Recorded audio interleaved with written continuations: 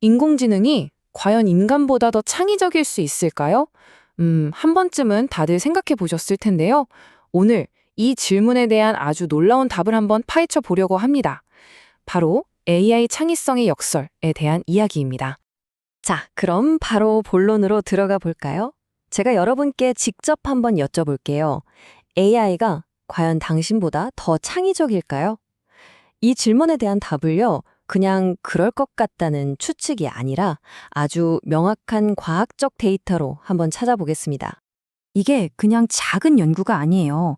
몬트리올 대학교의 카림 저비 교수, 그리고 AI의 대부라고 불리는 유슈아 벤지오 같은 정말 세계적인 석학들이 이끌었고요. 무려 10만 명의 데이터를 기반으로 한 역대 가장 큰 규모의 창의성 연구입니다. 그러니까 신뢰도가 엄청나게 높다는 뜻이겠죠? 아니, 근데 창의성이라는 게 되게 추상적이잖아요. 이걸 도대체 어떻게 측정했을까요? 자, 지금부터 그 게임의 규칙이 뭔지 한번 살펴보겠습니다. 연구팀이 주목한 건 바로 확산적 사고라는 능력이에요. 이게 뭐냐면 쉽게 말해서 하나의 시작점에서 생각이 얼마나 멀리 또 얼마나 다양하게 뻗어나갈 수 있느냐를 보는 겁니다. 창의성의 아주 핵심적인 요소 중 하나로 꼽히죠. 그래서 참가자들, 그러니까 인간과 AI 모두에게 아주 간단한 과제가 주어졌어요. 바로 확산적 연합 과제라는 건데요. 규칙은 이렇습니다. 서로 전혀 상관없어 보이는 단어 10개를 생각해내는 거예요. 이 단어들 사이에 의미적 거리가 멀면 멀수록, 그러니까 연관성이 없을수록 높은 점수를 받는 거죠. 예를 들면 이런 거예요. 높은 점수를 받은 한 사람의 답변인데요. 은하, 포크, 자유, 조류, 하모니카, 양자, 향수, 벨벳, 허리케인, 광합성. 와, 은하에서 갑자기 포크로 또 자유로 점프하는 이 생각의 흐름 느껴지시나요? 이게 바로 의미적 거리가 아주 넓다는 걸 보여주는 최고의 예시입니다. 자, 그럼 이제 가장 궁금해하실 결과를 발표할 시간입니다. 인간 대 AI, 이 세 개의 대결에서 과연 새로운 챔피언은 누가 됐을까요?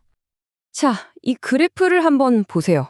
정말 놀랍게도 GPT-4 같은 최신 AI 모델이 인간 참가자들의 평균 점수를 넘어섰습니다. 네, 제가 지금 제대로 말씀드린 거예요. 평균적으로 갔을 땐 AI가 인간보다 더 창의적이라는 결과가 나온 겁니다. 이건 정말 인공지능 역사의 한 획을 긋는 순간이라고 할 수 있겠죠. 하지만 여기서 이야기가 끝나면 너무 싱겁잖아요. 아직 진짜 중요한 반전이 남아 있습니다. 그건 바로 인간의 우위입니다. AI가 인간의 평균은 넘어섰을지 몰라도 아직 정복하지 못한 창의성의 최정상, 그 꼭대기가 존재했다는 거죠. 아까 보셨던 그 그래프 기억나시죠? 여기에 새로운 막대 그래프를 하나 추가해 볼게요. 바로 창의력이 가장 뛰어난 상위 10% 인간의 점수입니다. 자, 보세요. 이들의 점수가 AI를 그냥 압도적으로 뛰어넘어 버립니다. 이 격차 정말 엄청나죠? 심지어 더 놀라운 건요. 창의성이 높은 사람들 중에서도 절반, 그러니까 상위 50%의 평균 점수가 테스트에 참여했던 그 어떤 AI 모델보다도 높았다는 사실입니다. 이게 무슨 뜻이냐면 그냥 몇몇 천재들만 AI보다 뛰어난 게 아니라 꽤 많은 수의 창의적인 사람들이 여전히 AI보다 한 수 위라는 걸 의미해요. 아니, 그렇다면 도대체 왜 이런 역설이 생기는 걸까요? AI는 평균은 넘는데 왜 최고는 되지 못하는 걸까요? 그 이유를 알려면요, AI와 인간의 창의성이 뿌리부터 어떻게 다른지를 이해해야 합니다. 결국 그 해답은 AI와 인간이 생각하는 방식, 그 근본적인 차이에 숨어 있었습니다. 바로 이 차이점이 AI가 가진 창의성의 비밀이면서 동시에 명확한 한계점이기도 한 거죠. 자, 먼저 AI의 창의성이 어떻게 작동하는지부터 한번 볼까요? AI는요, 기본적으로 수십억 개의 텍스트 데이터를 먹고 단어들 사이에 통계적인 패턴을 학습합니다. 그리고 확률적 탐색이라는 걸 하는데 이게 뭐냐면 배운 패턴을 기반으로 다음에 올 단어를 예측하는 일종의 단어 연상 게임 같은 거예요. 여기서 온도라는 설정을 높이면 AI가 좀 더 엉뚱하고 예측 불가능한, 즉 창의적으로 보이는 단어를 뱉어내는 거죠. 하지만 중요한 건 이 모든 게 결국 데이터 안에 있는 확률을 기반으로 한다는 겁니다. 그런데 인간의 창의성은 이건 아예 차원이 달라요. 우리는 단순히 단어 패턴만 계산하는 게 아니잖아요.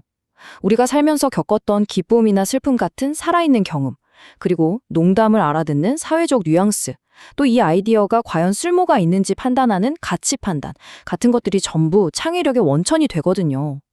그러니까 AI가 아주 정교한 모방가라면 인간은 직접 경험하는 창조자인 셈이죠.